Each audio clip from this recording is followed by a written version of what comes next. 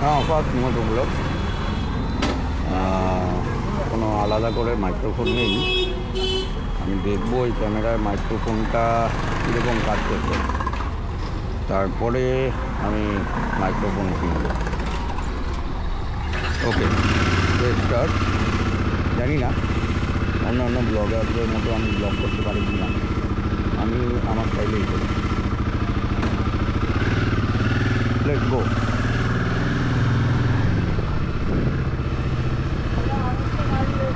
এখন আমি চলেছি বালিগঞ্জ ম্যান্ডেভিলা। আমি যে প্রজেক্টটা করছি সেই প্রজেক্টের কন্ট্রোলার সুরজিৎদা, ওনার অফিস হল, আমাদের প্রোডাকশান চলছে, তাই ওখানে যাচ্ছি।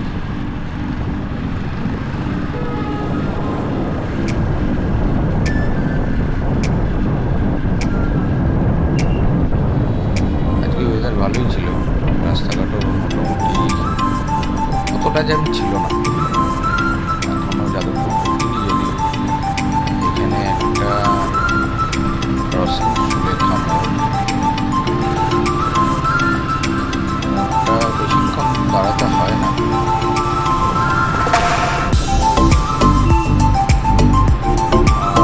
দেখি একটু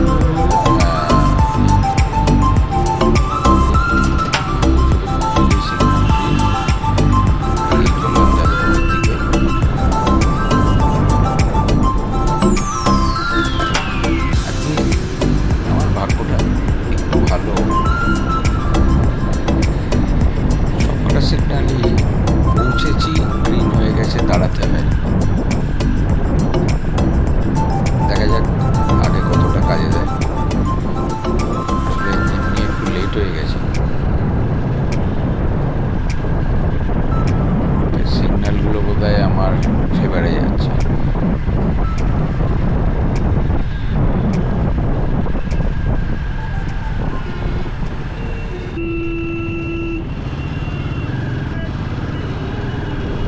এই মেন রোডে রিক্সা যে কি মারাত্মক জিনিস, বাবারে বাবা।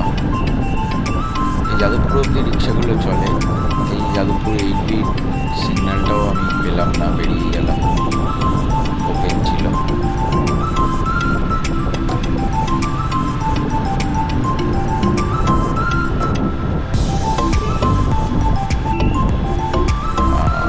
এবার একটু দাঁড়াবো, কারণ এরকম ভিডিও হচ্ছে, সেটা একটু চেক করে নেওয়া উচিত। দেখি এখানে একটু দাঁড়াই। ভিডিও খুব ভালোই এসছে, ফ্রেমটাও ঠিকঠাকই আছে। এগিয়ে যাই। যাদবপুর ইউনিভার্সিটি এরিয়া, ডান দিকে। ওমা, এই সিগন্যালটাও পেয়ে গেলাম, বাহ, গ্রিনই গ্রিন।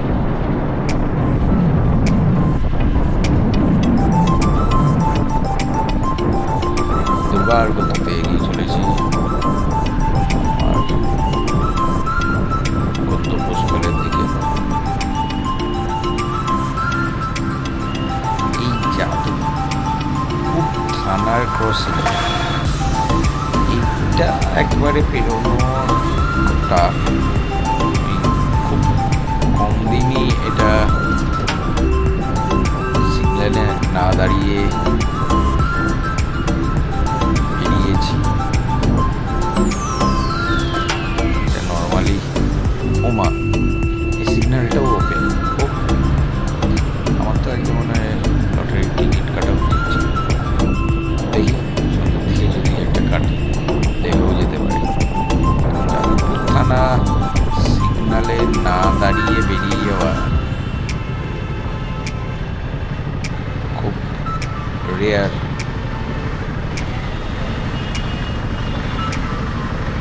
Of rare cases.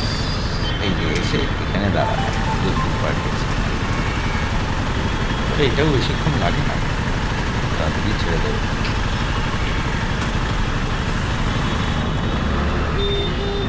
বলতে বলতে ছেড়ে দিয়েছে।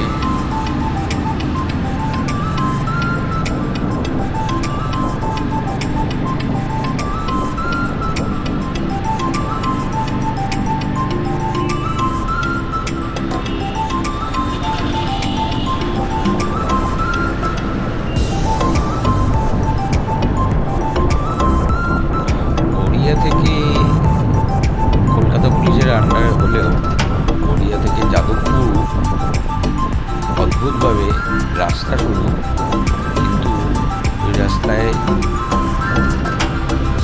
রিক্সা চলে। কিন্তু যাদবপুরের পর থেকে কিন্তু রিক্সা চলে না মেন রোডে, যাদবপুর থেকে গড়িয়া রিক্সা চলে। এবং এই রিক্সা যে কী মারাত্মক সে বাকি যারা বাইক চালান সেই সব বন্ধুরা টের পেয়েছে। এটা ঠাকুরিয়া পোস্ট অফিসের ক্রসিং, এখানে বেশিক্ষণ দাঁড়াতে হয় না, খুব তাড়াতাড়ি ছেড়ে দেয়। ওই যে বলতে বলতে ছেড়ে দিয়েছে।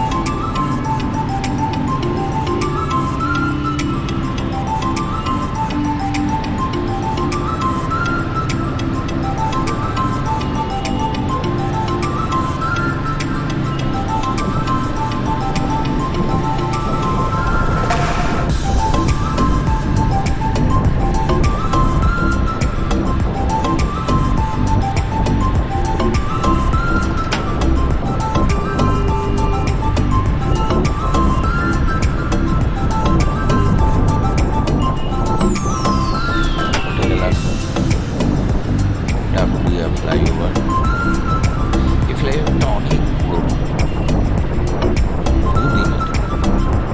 এই ফ্লাইওভারে যে মেন ইঞ্জিনিয়ার সে আমার খুব পরিচিত ছিলেন। যাই হোক, সে কথা পরে বলব। তবে এই ব্রিজটার রক্ষণাবেক্ষণ আর একটু ভালোভাবে করা উচিত। ব্রিজটা এই যে দেখতেই পাচ্ছেন সবাই, মাঝে মধ্যেই জলটা উঠে গেছে, গর্ত, ব্রিজটার মাঝখানে অনেকটা জায়গায় পিচ নেই, ইট দিয়ে তাপ্তি মারা, এটা খুব ডেঞ্জারাস। সবাইকে বলছি, রাস্তাঘাটের অবস্থা খুব একটা ভালো না, যেখানে সেখানে গর্ত, কোথাও অতি উৎসাহিত লোকজনও গর্তের মধ্যে ইট ফিট ফেলে দিয়েছে, সেটা আরও বিপজ্জনক। তাই একটু দেখে শুনে গাড়ি চালানো। এখানেও সিগন্যালে দাঁড়াতে হলো, বেরিয়ে গেলাম।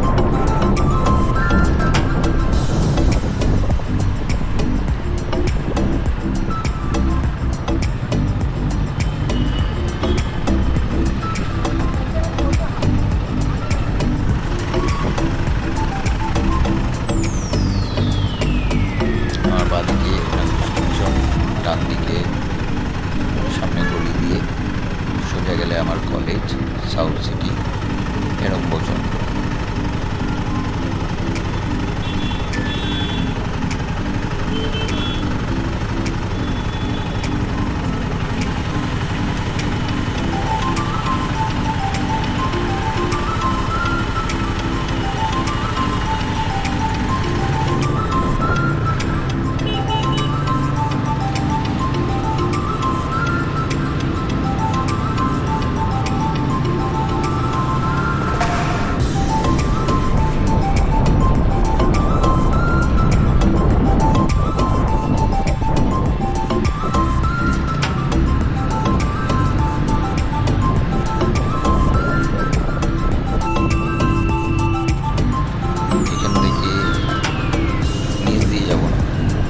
ফ্লাইওভারটাই ধরবো।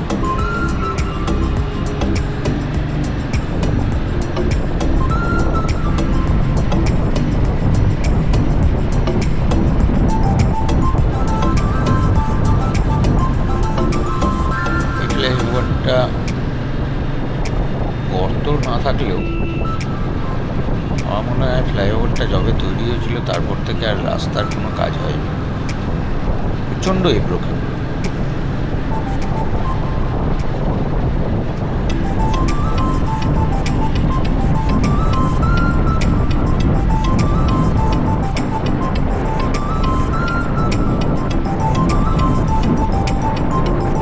বালিগঞ্জ নিউ মার্কেট বাঁ দিকে ফেলে আমি এগিয়ে গেলাম।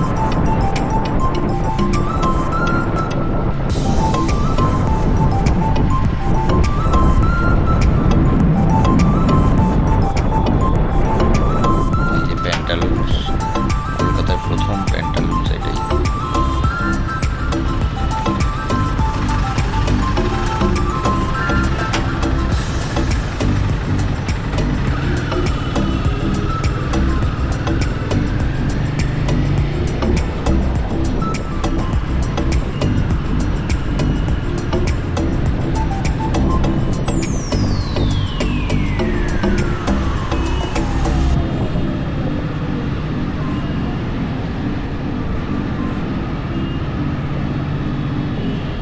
ডানাতে সিএসসি বিল্ডিং।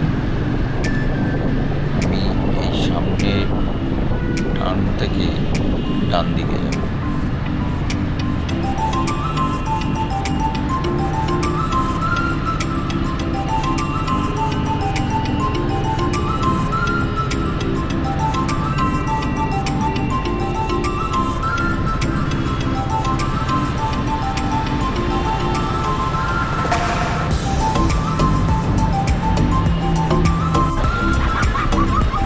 বাচ্চাদের স্কুলের ছুটি হয়ে গেছে, মজা করছে গাড়ি।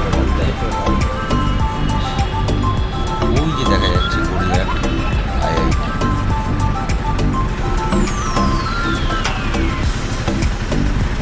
Sorry, IT.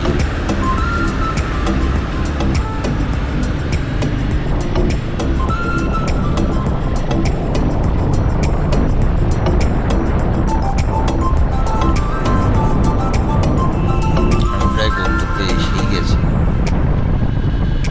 এই যে ডানাতে সুইট কর্নার, এটার ঠিক পিছনের গলিটাতেই আমি ঢুকবো। খুব ছোট্ট একটা বাঙালি পাড়া, এখানে না আসলে জানতেই পারবেন।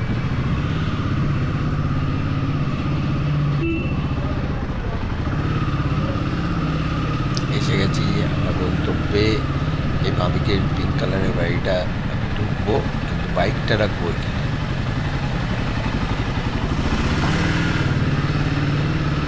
সো বন্ধুরা, আজকে এই পর্যন্তই, আবার দেখা হবে নেক্সট ব্লগে।